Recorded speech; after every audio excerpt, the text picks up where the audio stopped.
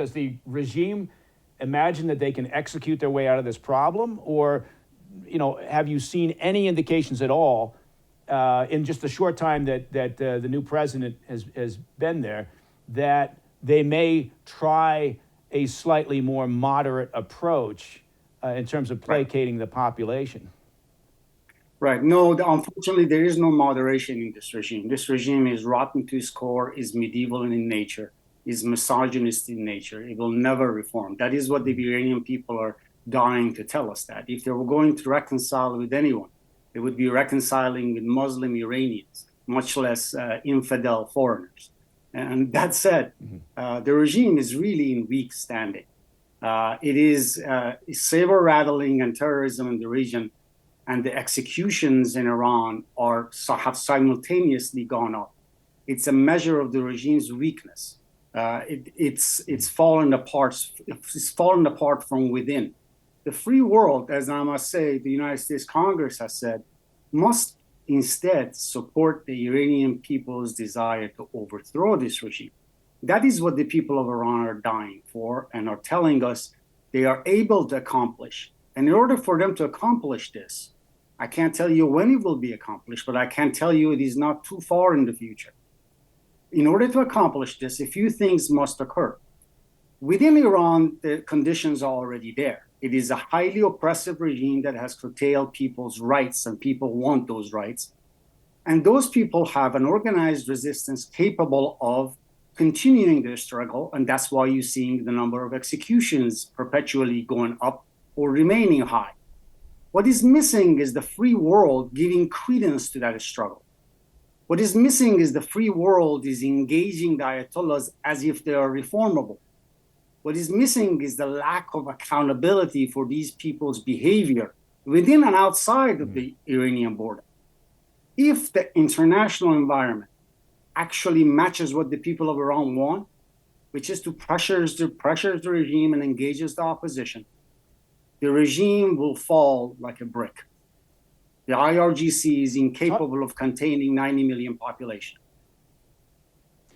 Talk to me, if you could, about the IRGC in terms of its alignment with the current regime, its importance to the regime in terms of maintaining power, and to what degree has the IRGC got their hands in the economy? The economy is in turn essentially run by the IRGC. They have their own ports. They have their own way of feeding their own mechanism financially. They draw from multiple foundations that the regime has set up. These foundations are fed also by the regime directly through budget and also through plundering and really stealing of the Iranian people's resources. You hear banks falling, all those assets are drawn into those foundations and into the IRGC. Most of the IRGC budget is not even visible, or its income visible to the Parliament of Iran to begin with. And so they report nearly directly to the supreme leader. So you can't do anything inside Iran at all without the IRGC's blessing. And so the regime is fully dependent on the IRGC. That's why we welcome community designation of the IRGC, both in the US and more recently in Canada. Do you make is there any credibility? There were some reports, personally, I think they were just optimistic and not particularly grounded in reality, but there were some reports when the new president, Mossad Boucheshkian, came in, that the IRGC was unhappy perhaps with his placement, that they did, again, this concept of being a moderate, and that there's some daylight between he and his government that he's trying to establish and the IRGC. Right. Do you see any credibility in any of that? I think the regime has played the good guy, bad guy scenario, good cop, bad cop scenario within its apparatus as times demand in its relationship with the West. And we have kind of bought into that. The regime is a fully militarized regime, and whoever they bring in as a president is predetermined, not selected by the people of Iran at all. And so, yes, that there are differences within factions of the regime, and that's what I was referring to. This regime is weak and vulnerable.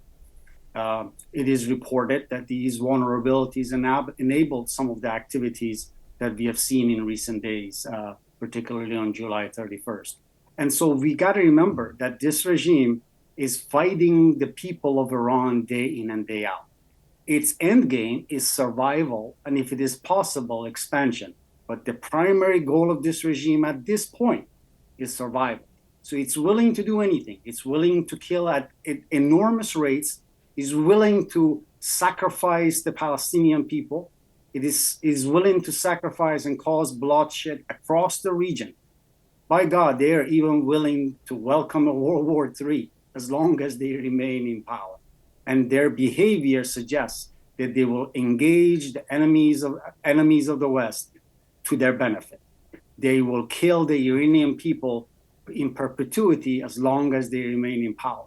The free world must flip the switch.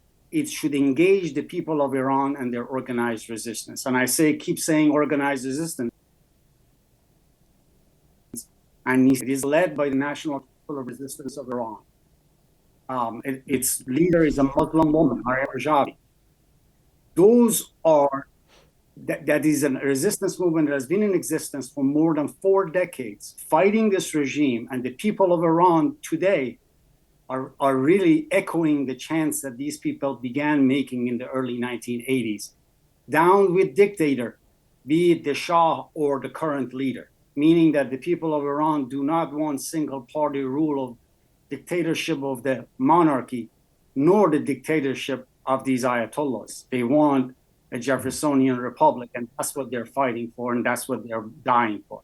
And our job here in the United States is to engage members of Congress to make sure American policy at least acknowledges their right to overthrow this regime. That is all that's needed. There is no need for American funds or soldiers to be deployed to the region to bring democracy to Iran. Those boots are already on the ground. All we need to do is recognize their plight, recognize the legitimacy of that struggle to overthrow this regime. Let's just say it. Let us recognize their right to regime change, but not from afar, not the Iraqi-style regime change, the kind that they would do themselves. They're the ones who are going to have to fight the IRGC. They are fighting them now, but they don't enjoy the legitimacy they deserve. Hey, thanks for tuning in. If you enjoyed this video, don't forget to hit that like button and leave a comment, a really positive, nice, and kind comment. That would be appreciated. And if you're not already subscribed to our channel, make sure to subscribe and turn on notifications so you don't miss any of our daily updates.